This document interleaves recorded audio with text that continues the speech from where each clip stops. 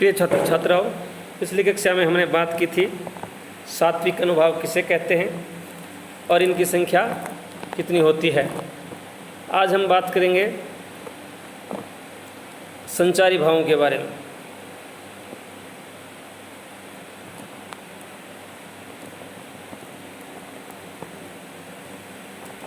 संचारी भाव किसे कहते हैं और ये कितने प्रकार के होते हैं। तो चलिए बात करते हैं संचारी भाव की।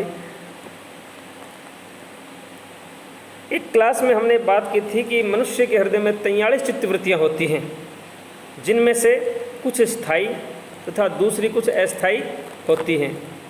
उन्हीं अस्थायी अथवा अस्थिर मनोविकार या चित्तवृत्तियों को संचारी भाव कहा जाता है।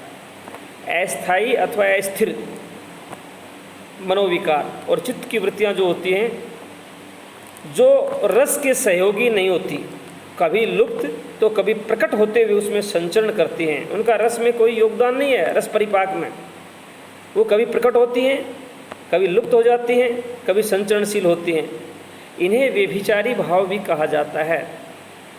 ये भाव किसी एक रस के सहयोगी न होकर विविध रसों के अनुकूल होकर के चलते हैं। जैसा रस होगा वैसे ये अपने आप को ढाल लेंगे। इनकी संख्या लगभग 33 मानी जाती है। संचारी भावों की संख्या 33 है। हम एक एक की चर्चा यहाँ करेंगे। सबसे पहला है ग्लानि। चिंता, लज्जाजनक कार्यों, खिन्नता आदि से उत्पन्न हुई मन की स्थिरता या असमर्थता। ग्लानि कहेंगे चिंता या लज्जाजनक कार्य या किसी खिन्नता से मन के अंदर एक स्थिरता या एक असमर्थता आ जाती है। हमारा मन कुछ करने को नहीं करता, या कोई ऐसा काम हो जाता है जिससे एक पाप बोध सा होता है, उसको कहते हैं ग्लानि। मन स्थिर हो जाता है, किसी भी काम को करने में असमर्थ होता है। तो उदाहरण देखिए, पीली पड़े निर्बल कोमल कृष देह लता कुमलाई, विवसना लाज में लिपटी सांसों में शून्य समाई। विवसना लाज में लिपटी सांसों में शून्य समाई, ये है खिन्नता। दूसरा है अपसमार। दूसरा संचारी भाव है अपसमार। मानसिक संताप से उत्पन्न व्याधि। मानसिक संताप से उत्पन्न व्याधि को अपसमार कहते हैं, जिसमें मूर्छा, आदमी कभी मूर्छित हो सकता है, मुंह में झाग निकलना, कंपी आना या कंप शरीर में आदि इसके लक्षण होते हैं।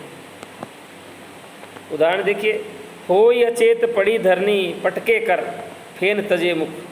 होई अचेत पड़ी धरनी, अचेत होकर के धरती पे गिर पड़ी, पटके कर बार बार हाथ मार रही थी, फेन तजे मुख और मुंह से झाग निकल रहे थे। जड़ता, इष्ट या अनिष्ट के दर्शन अथवा श्रवण से उत्पन्न किंकर्तव्य विमूढ़ता को जड़ता कहते हैं। जड़ता क्या होती है? कई बार होनी या अनहोनी, अचानक या तो देख ली जाए कोई होनी अथवा अनहोनी के बारे में सुन लिया जाए, या उसके दर्शन हो जाएं, वो देख लें, तो अचानक ऐसी स्थिति आती है कि क्या करूं क्या ना करूं, किंकर्तव्य विमूढ़ता, वो कहलाती है जड़ता। जैसे कान है को देखती देवता सी वर्ष भानु लली न चली न हली। कान है को देखती देवता सी वर्ष भानु लली, वर्ष भानु की पुत्री श्री कृष्ण को देख करके ना चल पाई और ना हिल पाई, किंकर्तव्य विमूढ़ हो गई, क्या करूं क्या ना करूं। मोह है, भय, वियोग, दुख। भय, वियोग, दुख आदि से चित्त में जो विक्षोभ पैदा हो जाता है, उससे यथार्थ ज्ञान खो जाने की अवस्था आ जाती है। देखिए, भय के कारण या वियोग के कारण या दुख के कारण चित्त या विक्षोभ में एक ऐसी स्थिति आ जाती है कि यथार्थ ज्ञान खो जाता है। जो वास्तविकता है उससे आदमी मुंह मोड़ लेता है, उसको कहते हैं मोह। विरह महानल विकल हिये पिए पिए कही बिलखाही, आए हुजिए पिए के निकट तिये पहचानत नाही। विरह के महान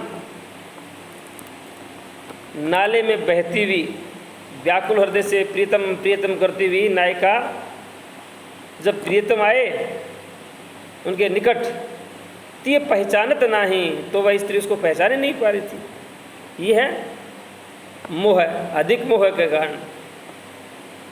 अगला व्यभिचारी भाव है निर्वेद, वांछित वस्तु के अभाव में आई हुई विपत्ति। जिस वस्तु को हम चाहें, व्यक्ति भी हो सकता है, जिस व्यक्ति अथवा वस्तु को हम चाहें उसके अभाव में और वो ना मिले, उसके अभाव में एक विपत्ति सी आ जाती है,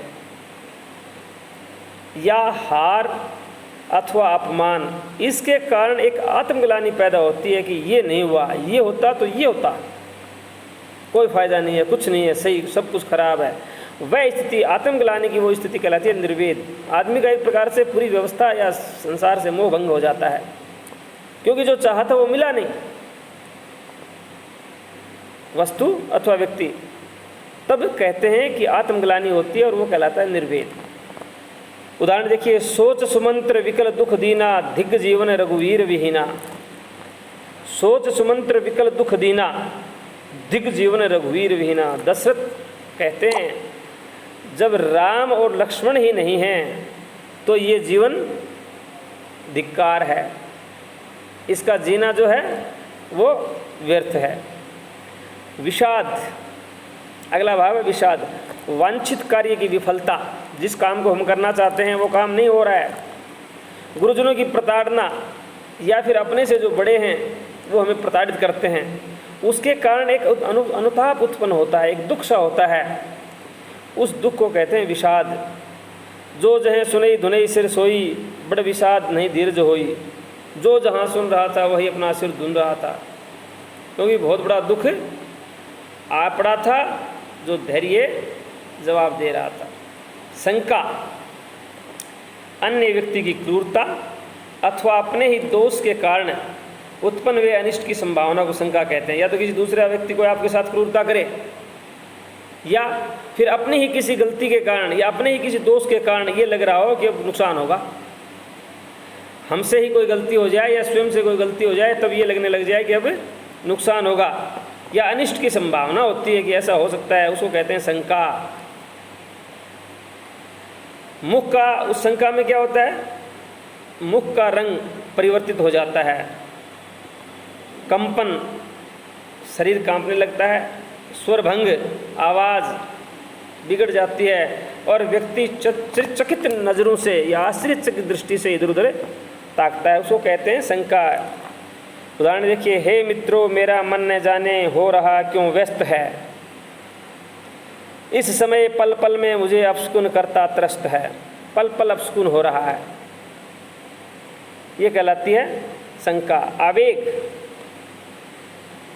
प्रसन्नता का आधिक्य हो, यानी हर्ष का आधिक्य, या भावातिरेक से उत्पन्न मन की घबराहट, ये बहुत ज़्यादा खुशी हो, या भावों के अतिरेक से मन में कोई घबराहट सी आ जाए, उसको आवेग कहते हैं। और इसमें क्या होता है, शरीर रोमांचित हो जाता है, शरीर कांपने लग जाता है,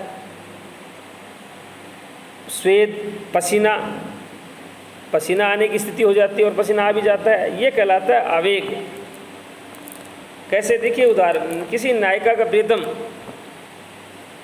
के आने की खबर मिली कि वो आ रहा है, तो हर्षातिरेक या भावातिरेक, नायिका बड़ी भावविह्वल हो गई और क्या किया, पायन की सुधि भूल गई या कुलाए महावर आँखिन दीनो। महावर, पैरों में महावर लगाने के लिए बैठी, लेकिन क्या हुआ, अत्यधिक भावातिरेक के कारण वह महावर पैरों में लगाना भूल गई